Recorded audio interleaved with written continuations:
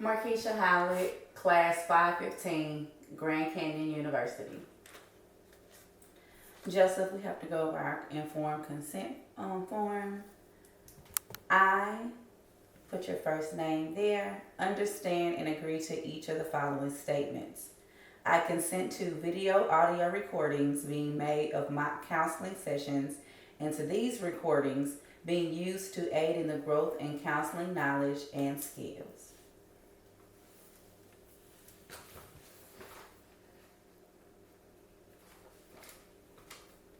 I consent to the excerpts from these recordings or descriptions of them being used by the Grand Canyon University faculty and staff for the purposes of supervision, research, and or teaching.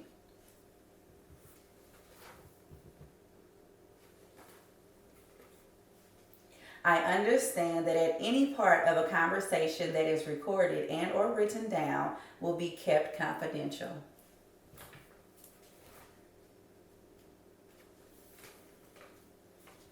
I will not disclose any information that may identify me in the mock counseling session recording. The information given will be fictional and I will use an alias.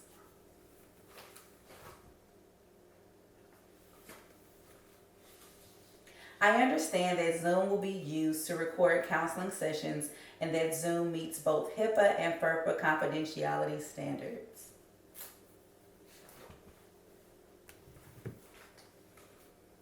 I understand that if the recording of the mock counseling session activates any suicidal ideation or other potentially harmful thoughts, I will reach out to a professional in my area immediately.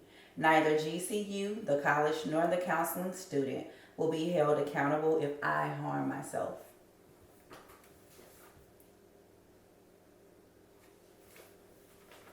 By signing below, I attest that I have read, understand, and agree to the statements above as indicated for the mock counseling recording sessions as required in the counseling programs. The checked box next to your printed name constitutes your electronic signature.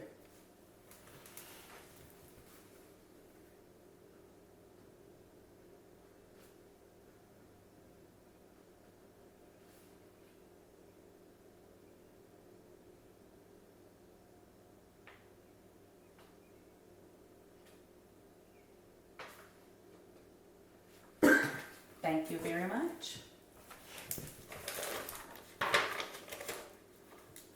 Hi, Robert. Very Hi. nice to meet you. Nice to meet you as well. What would you like to talk about?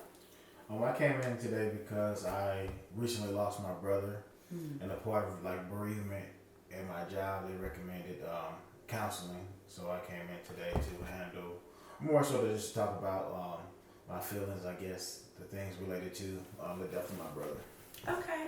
Your feelings relating to the death of your brother. How recent was his passing? So my brother passed away within the last month due to complications with COVID. Okay. Very difficult. Many people have lost relatives due to COVID, myself including, so I definitely understand. So a few things, your feelings towards it. How did you feel about your brother? Me and my brother, we really didn't have the best of relationships. He's younger than me. We were quite a few years apart. I think we had some issues, more so just some difficult times throughout our childhood and adulthood. He was in his 20s when he passed away, and I felt that I really didn't have the opportunity to make amends with him for some of the issues that we had because of COVID. They restricted the amount of family members that could go see him at the hospital, so I wasn't able to visit him in the hospital during the time period he was there ill. So I felt like I really didn't get the opportunity to say my goodbyes, kind of communicate or discuss any miscommunications or misunderstandings about any feelings that we may have had, and just kind of like to hash out that air and to resolve any issues that we had before his passing. So you feel that you missed out on the opportunity to rectify any wrongs or any issues between you guys because of his sudden death? Most definitely. Okay. Well, You said there was a lot of disagreements and different situations that you guys struggled with in the past. Anything specific? If I could think about it, um, I think there may have been some resentment issues in regards to um, how our parents kind of raised us, being that I was a lot older than him. So when he was born, I was kind of almost into high school. Okay. So then when I went off to school, he was still a child in the home. So a lot of the allowances that my parents allowed for me, be it financial and opportunities to go out and try new things and mess up, I was afforded those opportunities, and he was kind of like the second chance. So they were a little bit more stricter on him and wouldn't allow him to do certain things that they allowed me to do, and I think he had some resentment for that.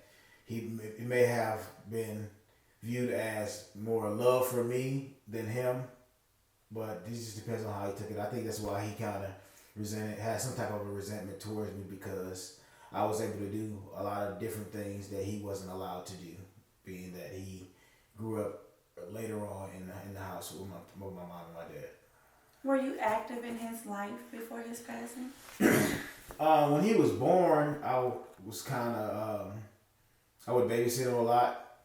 So I don't know if that kind of filtered down into, because I wasn't able to do certain things I wanted to do because I was stuck with having a little brother. So I couldn't go some of the places I wanted to go because I had a brother, and I either had to stay at home, and I might have took that out on him in some form or fashion where he might believe.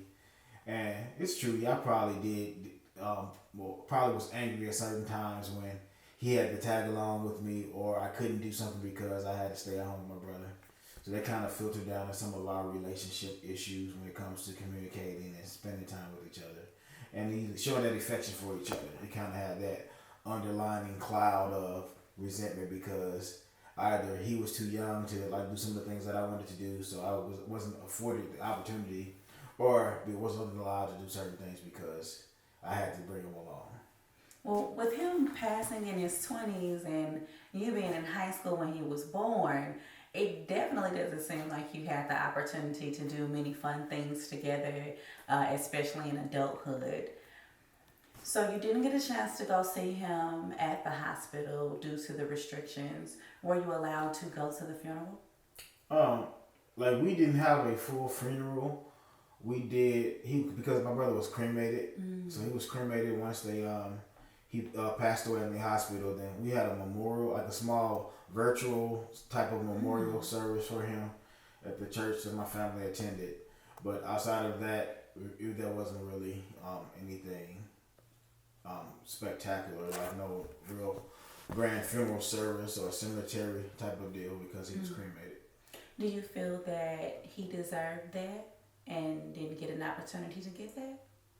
No, I think that's what he wanted. Like I said, that's not uncommon in our family to be cremated. So Understood. that was like, I guess that was part of his wishes. It was, that's the norm. Okay. So we have that bereavement with your job allowed you the opportunity or afforded you the opportunity to seek some type of counseling in dealing with the death of your brother, and you're hoping to gain skills for coping with his death. I guess so. It's just more so, yeah, I wanted to kind of figure out ways to kind of get rid of some of these feelings that I had related to not being able to be the brother that I thought I should have been for him, and more so just being able to let him know that there was no issue with us, and even if he felt that our parents didn't love him as much, but that was never the case. Like I said, our parents loved us both differently because we were both raised at different time periods in their lives as well as in our lives, so they understood things a little bit better when it came that second go around with him. So they probably felt that they was protecting him more so and trying to guide him a little bit better than they did when they had me. So you don't want to live with resentment and regret in your heart towards your brother because you didn't get a chance to let him know how much you loved him and cared for him and how much the family loved him, because for you feel that he may have felt resentment or jealousy even towards your relationship between your parents and yourself and even other people? Yes. Okay, all right. Well, we have a lot to work with.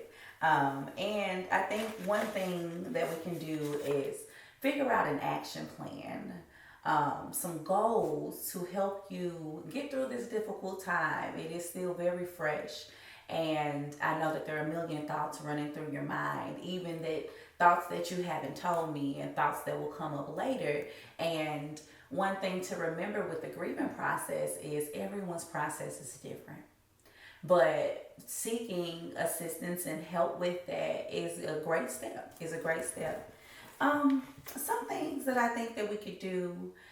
We need to make sure that this is attainable. We need to make sure that the path that you're on is measurable, something that you can sit down and know, okay, 2 weeks from now, this is where I want to be. A month from now, this is how I want to feel. And if we begin today by drafting that out and brainstorming different ways that you can accomplish that, I do believe that you will begin to feel better. Okay. So you didn't get a chance to let him know how much you loved and cared for him. One thing that you could do is write it out.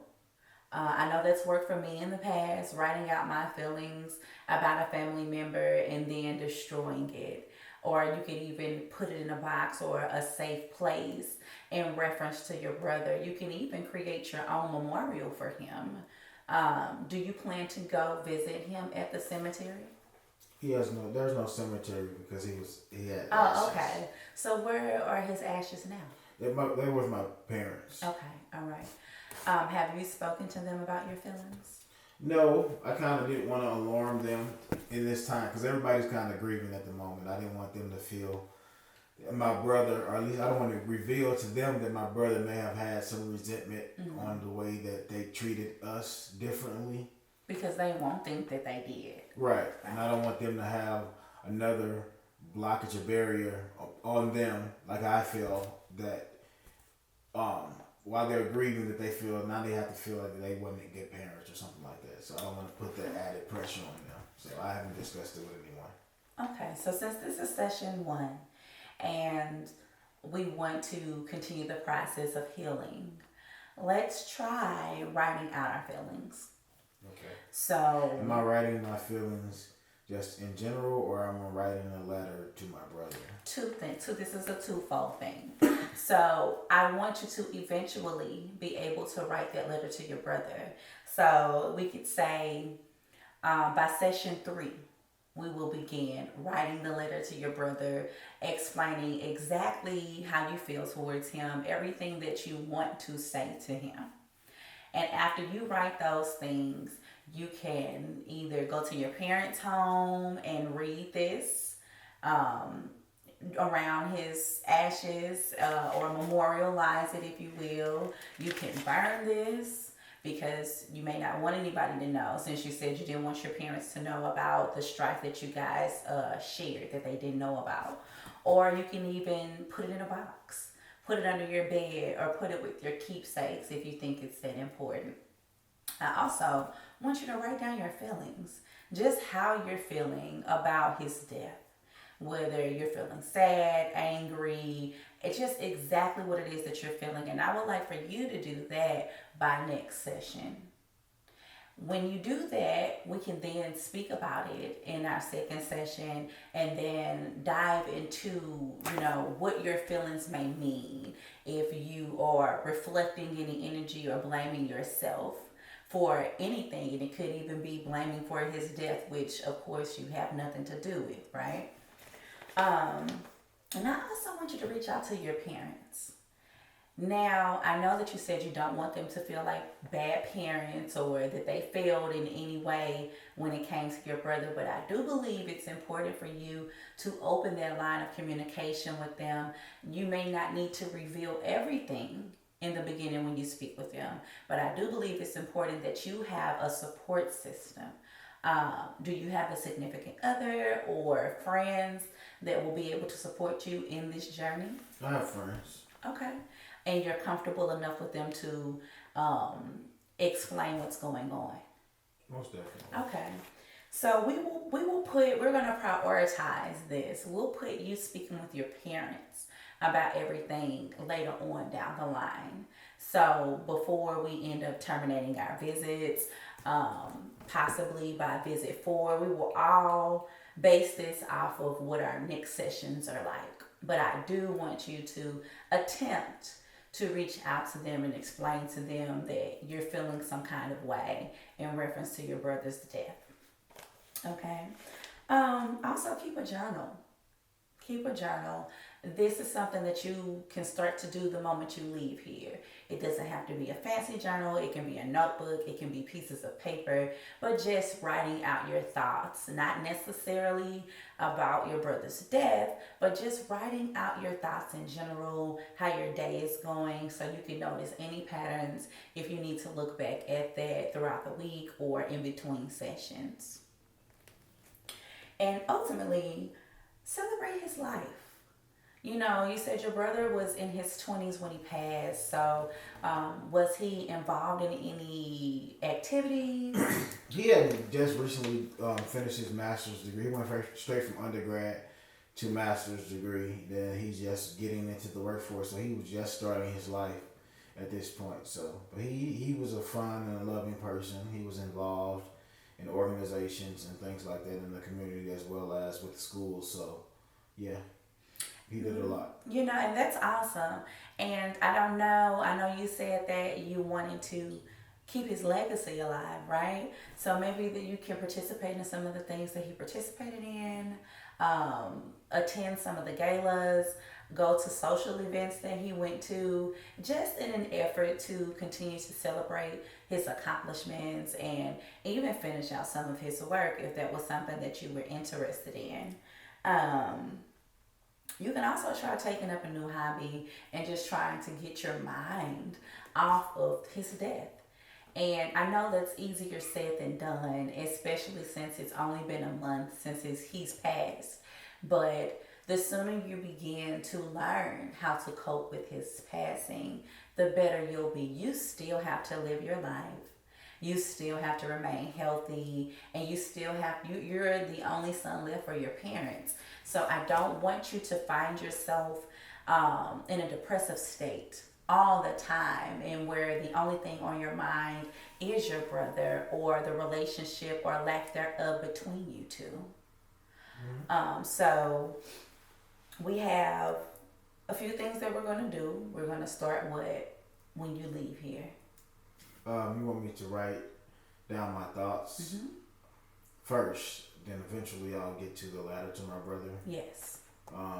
Participating in some of the activities that he did to kind of help memorialize his life and kind of think about the happy things that he about his life that allowed me to reminisce on those things. You also said that you wanted me to come up with a hobby to help me cope or not think about his death so much. And then ultimately speak with your parents. Okay. Because I do believe support is important. I know you have your friends, but your parents are also going through this loss with you. That was their child, that's your brother, those are your parents. So even if it's not this week or next week, I believe at some point there has to be that communication between you two, because they may be able to help you cope better than you know. They may need you to speak with them and be honest about your feelings about your brother, because they also may need to be honest about many things. And even though you don't believe that they know how you think he felt, they may. It may never have been intentional, but parents seem to know their children. So don't shun them out of your progress or your journey. Okay? Okay. I think we have a really good start here. The only other thing that I would think is, you know, if you paint or draw, you know, if maybe you wanted to create something in his honor, you know, there's not a tombstone you can go and visit, but his ashes are there. So just figure out exactly what it is that you want to do to commemorate your brother and to honor his legacy, honor his young life. And I believe if you look in the positive light of it, it will help you. I think that you will begin to heal, but we have to do that work. Do you have any questions?